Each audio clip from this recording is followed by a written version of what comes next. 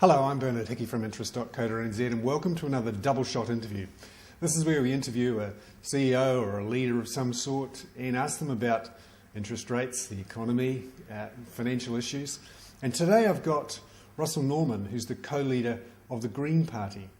And he's been talking a lot about Kiwibank and the economy and GST and the likes of the budget in the last few weeks. Russell, welcome to Interest.co.nz. Thanks, Bernard. Thanks for having me along. Can you tell us... For the coffee. That's all right. Coffee's good. We're always keen on coffee. What is it that you think the government should do or shouldn't do with Kiwibank? Well, I think keeping Kiwibank in public ownership or in government ownership is the most sensible way forward with Kiwibank.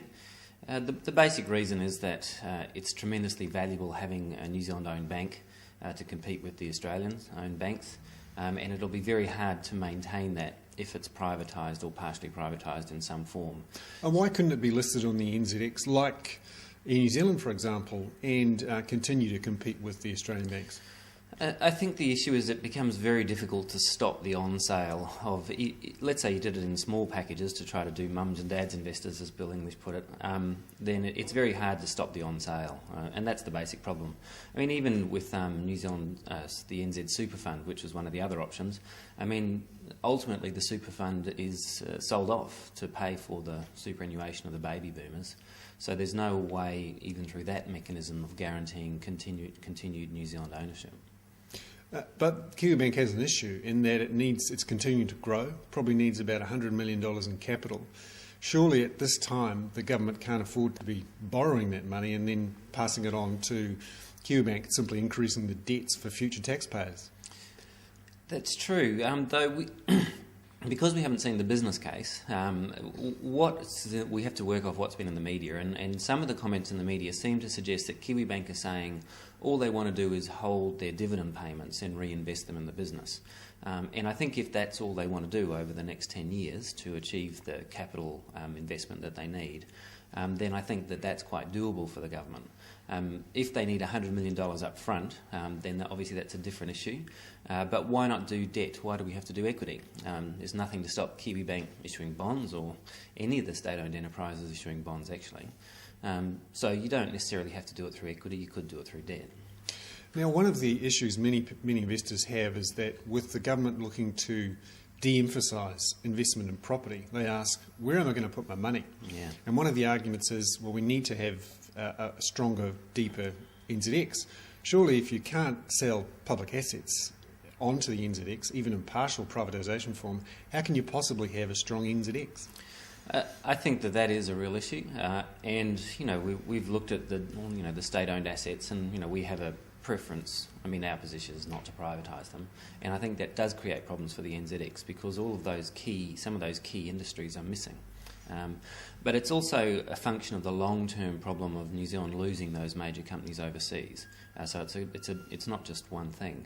The issue is that if we did sell Meridian or whatever and listed on the NZX, what's to say that over time the shares aren't gathered together and it's effectively taken over by someone else and delisted from the NZX? There's no guarantee that won't happen over time, which is the kind of process we've seen with a lot of other companies. So that's the issue that we're dealing with. The other side is that if I'm a mum and dad investor, if that's a reasonable request, is where are they going to put the money? Then I say, why not bonds? Why does it have to be equity? Why not debt? Really, from the point of view of a mum and dad investor, they're looking for a safe return, and so shares have certain advantages because you might get a higher rate of return over the medium term, but bonds are safer, and you still get a rate of return on them. But at the moment, the government taxes them at a relatively high rate. There are some people who argue we should have a tax break on savings. I see the Australians are looking to give some tax break on the first $1,000 worth of returns on savings. And economists say it doesn't seem fair that the government taxes you on the inflation component of your interest returns. What's your view on some sort of tax breaks on, for example, investing in bonds? Yeah, I mean, the Greens are certainly not opposed to it. I had a look at the Australian one. I mean, the thing about the Australian one is that for anyone with significant savings, a tax-free first $1,000 isn't really going to change your behaviour. So the issue is how far would you have to go before you really started to change behaviour, which is from a macroeconomic point of view what you're trying to achieve. You need some pretty significant tax breaks. In terms of tax break, discounting the tax due to inflation, I think that's a reasonable argument, and we've certainly been having that argument amongst ourselves when looking at our proposals for a capital gains tax, is to what extent should a capital gains tax discount for inflation? They tend not to because of the complications involved in doing that, but it is, I think, a legitimate argument. What about a capital gains tax? You're the only major party proposing a capital gains tax. What impact do you think that would have if the government were to do it, although at the moment they don't seem too keen? Obviously there's a couple of different arguments. One's an equity argument or a fairness argument. As Sam Morgan put it, why should I get all this tax-free income? And I think there's a strong equity or fairness argument about it. And then the second argument is around changing the behaviour in our economy. And obviously the housing asset bubble was the key target of changing the tax treatment of capital gains. We excluded the family home, which means it's not as effective as it could be, but it still would have some impact in terms of dampening some of the housing asset bubble, which has been such a problem for our economy. Wouldn't a land tax be a better, cleaner idea, easier to administer, broader? What do you think? We have had quite a lot of discussions about a land tax versus CGT, and at the moment we're just going with the capital gains tax. We already have kinds of land tax in New Zealand at a local level, and so there is a mechanism. Arthur Grimes, the chair of the Reserve Bank Board, wrote a very interesting paper for the tax working group about exactly this. And his argument is there's a mechanism there to do it. It has real advantages. And so we're looking at that debate ourselves. But at the moment we've said, OK, we'll push the capital gains tax. And part of that was to push the government on changing the tax treatment of investment properties. We feel like we made a small amount of progress with the budget, with the changes on depreciation, which will have some marginal impacts. But I think it's a debate that we want to push further.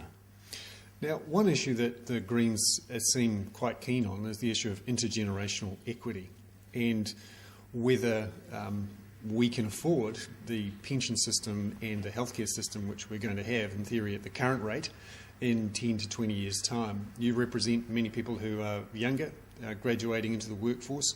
What do you think a government, any government, various governments should do about this apparent transfer of wealth from the young to the old through the boom in property prices and the decisions being taken or not taken to leave our current health and pension systems in place?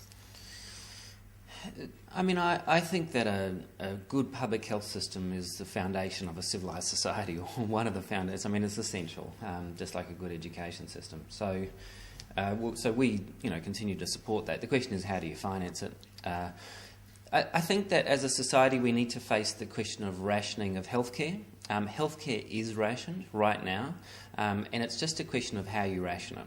And so when people say, oh, I couldn't get this or I couldn't get that, it's like, well, there will always be rationing of healthcare because there is infinite demand for finite capacity to supply. And so I think that the debate around healthcare needs to move beyond, we're not doing this, that or the other, to, okay, let's be rational and honest and transparent about what rationing we want to do.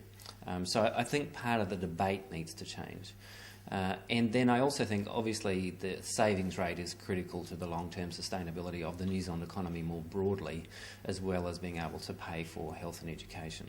And so the changes around savings, we've obviously supported increases in KiwiSaver and all that kind of stuff. So that is we think one of the foundations of improving the performance of the economy. And pensions? Do you think we should extend the retirement age and change the rate of pensions?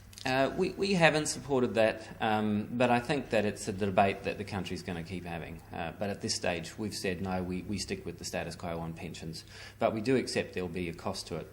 And obviously the NZ Super Fund was meant to prepay, I think it was about 14% of the baby boomers' cost.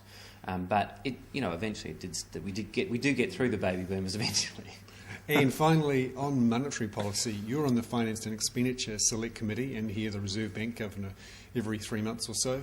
What's the Green Party view on monetary policy? Well, I mean, our view has always been that we were trying to operate monetary policy and asking it to do too much. And so asking it to try to control the housing asset bubble was a tremendous mistake because obviously we pushed up interest rates to try to suppress that. And all we did was started to suck in a lot of money from overseas, which we funneled into the housing bubble. And then pushed up the value of the New Zealand dollar, which made our exporters scream, and we got a huge trade imbalance and added to our current account deficit. So, I mean, our general position is you can't expect monetary policy to do all the lifting. You've got to look at tax policy and you've got to look at fiscal policy.